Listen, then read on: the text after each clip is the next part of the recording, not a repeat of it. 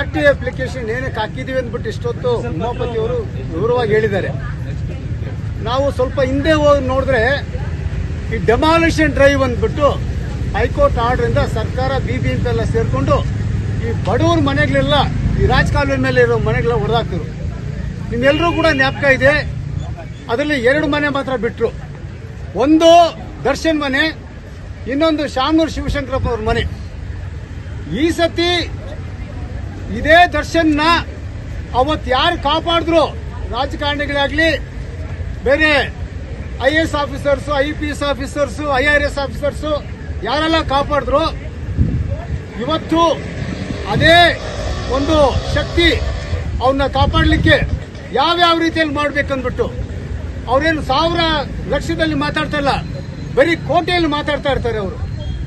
ಇಲ್ಲಿ ಏನಾಗಿದೆ ಅಂದ್ರೆ ನಾವು ಕಣ್ಮುಂದೆ ನೋಡ್ತಾ ಇದೀವಿ, ಒಂದು ಪೊಲೀಸ್ ಸ್ಟೇಷನ್ಗೆ ಇದು ಸಾಮ್ಯಾನ ಬೇಕಾ ಅಂದ್ಬಿಟ್ಟು ನಾಚಿಕೆ ಆಗುತ್ತೆ. ಇದೇನು ಡಿಕ್ಟೇಟರ್ಶಿಪ್ ಇದು ಅದ ಡೆಮಾಕ್ರಸಿನ ಇದು? ಆಮೇಲೆ ಕೇಳಿದ್ವಿ ನಾವು, ಇಲ್ಲಿ ಕಾರ್ ಇದೆ, DCP ಕಾರ್ ಇದೆ. ನಾವು ಬಂದು ಮಾತಾಡೋದು ಇನ್ಸ್ಪೆಕ್ಟರ್ ಹತ್ರ ಅಲ್ಲ, DCP ಹತ್ರ ಮಾತಾಡ್ಬೇಕಾಗಿದೆ ನಾವು. ಈಗ ಸಾರ್ವಜನಿಕರು ಇವಾಗ ಪೊಲೀಸ್ ಸ್ಟೇಷನ್ ದೂರು ಕೊಡಕ್ ಬಂದಾಗ ದೂರುಗಳು ಸರಿಯಾಗಿ ತಗೊಂಡಿಲ್ಲ ಅಂದ್ಬಿಟ್ಟು ಸುಮಾರು ಮರ್ಡರ್ಗಳಾಗಿದೆ.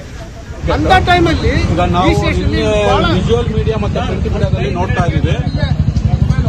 ವಿಜುವಲ್ ಮತ್ತೆ ಪ್ರಿಂಟ್ ಮೀಡಿಯಾದಲ್ಲಿ ನೋಡ್ತಾ ಇರ್ಬೇಕಾದ್ರೆ ಇಲ್ಲಿ ಅಕ್ಯೂಸ್ ಆಗಿರೋಂಥ ಆಕ್ಟರ್ ದರ್ಶನ್ ಮತ್ತೆ ಇನ್ನಿಬ್ರು 12 ಜನನ್ನ ಪೊಲೀಸ್ ಕಸ್ಟಡಿಗೆ ತಗೊಂಡು ಅವ್ರಿಗೆ ಸ್ಪೆಷಲ್ ಟ್ರೀಟ್ಮೆಂಟ್ ಕೊಡ್ತಾ ಇದ್ದಾರೆ.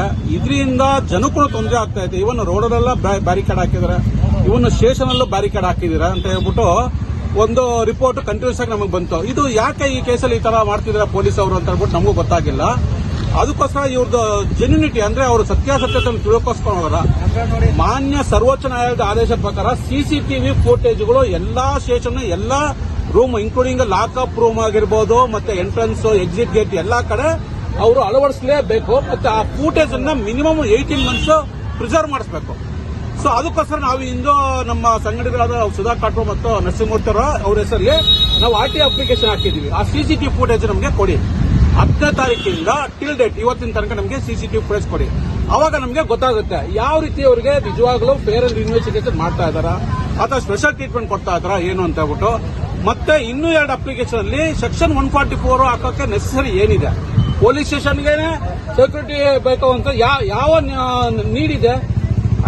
ಅದಕ್ಕೋಸ್ಕರನೇ ಈಗ ಇವರು 144 ಸ್ಟೇಷನ್ಗೆ ಆಗ್ತದೆ ಅಂದ್ರೆ ಜನಗೆ ಹೆಂಗೆ ರಕ್ಷಣೆ ಮಾಡ್ತಾರೆ, ಅದಕ್ಕೋಸ್ಕರನ ಅದಕ್ಕೂ ಒಂದು ಡೀಟೇಲ್ಸ್ ಕೇಳಿದೀವಿ. ಮತ್ತೆ ಸ್ಪೆಷಲ್ ಪ್ರಿವಿಲೇಜಸ್ ಈಗ ಏನೋ ಒಂದು ಸ್ಪೆಷಲ್ ಟಾರ್ಪಲ್ ಹಾಕಿದಾರಂತೆ, ಎಂಟೈರ್ ಸ್ಟೇಷನ್ ಕವರ್ ಅಪ್ ಮಾಡಿದ್ದಾರೆ, ಶಾಮಿಯಾನ ಹಾಕಿದ್ರೆ. ಇದನ್ನೆಲ್ಲ ಯಾಕೆ ಮಾಡಿದ್ದೀರಾ, ಯಾವ ಹೈಯರ್ ಆಫೀಸರ್ ನಿಮಗೆ ಇನ್ಸ್ಟ್ರಕ್ಷನ್ ಕೊಟ್ಟಿದ್ದಾರೆ, ಅದನ್ನೆಲ್ಲ ನಮಗೆ ಕಾಪೀಸ್ ಕೊಡಿ ಅಂತ ನಾವು ಕೇಳಿದ್ದೀವಿ.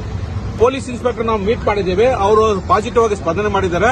ಇಲ್ಲ, ನಾವು ಇವತ್ತಿಂದ ಎಲ್ಲಾ ಪಬ್ಲಿಕ್ಗೂ ಅಲೋ ಮಾಡ್ತಾ ಇದೀವಿ, ಬಟ್ ಅವರ ಅಭಿಮಾನಿಗಳು ಸ್ವಲ್ಪ ತೊಂದರೆ ಕೊಡ್ತಾ ಇದ್ದಾರೆ, ಅದಕ್ಕೋಸ್ಕರ ನಾವು ಆಗ್ತಿದೀವಿ. ಬಟ್ ಯಾರು ಬೇಕಾದ್ರೂ ಒಳಗಡೆ ಬರ್ಬೋದು, ಕಂಪ್ಲೇಂಟ್ ಕೊಡಬಹುದು. ಇವತ್ತು ಬೆಳಿಗ್ಗೆಯಿಂದ ಒಂದು 12 ಜನ ಬಂದು ಹೋಗಿದ್ದಾರೆ ಅಂತ ನಮಗೆ ವಿಜಿಟರ್ ತೋರಿಸಿದ್ದಾರೆ.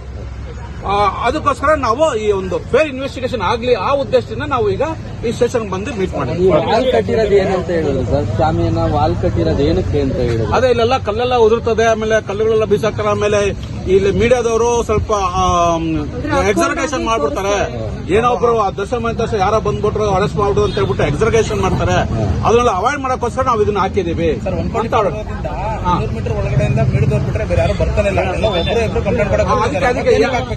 ಅದಕ್ಕೆ ನಾವು ಕೇಳಿದ್ವಿ. ಈಗ ಪೊಲೀಸ್ ಕಮಿಷನರ್ ಪ್ರಕಾರ ಅವ್ರೇನೋ ವಾಪಸ್ ತಗೊಂತಾ ಇದ್ದೀವಿ ಅಂತ ಹೇಳಿದ್ದಾರೆ. ಇಲ್ಲ, ಆರ್ಡರ್ ಇಲ್ಲ. CCTV ಕೊಡ್ಬೇಕಲ್ವಾ? ಕೊಡ್ಲೇಬೇಕು. ನಾವು ಅಪ್ಲಿಕೇಶನ್ ಕೊಟ್ಟಿದ್ದೀವಿ, ಅದಕ್ಕೆ ಅವ್ರು ರಿಪ್ಲೈ ಕೊಡ್ಲೇಬೇಕು. ಅವರು ಡಿನೇ ಮಾಡಂಗಿಲ್ಲ.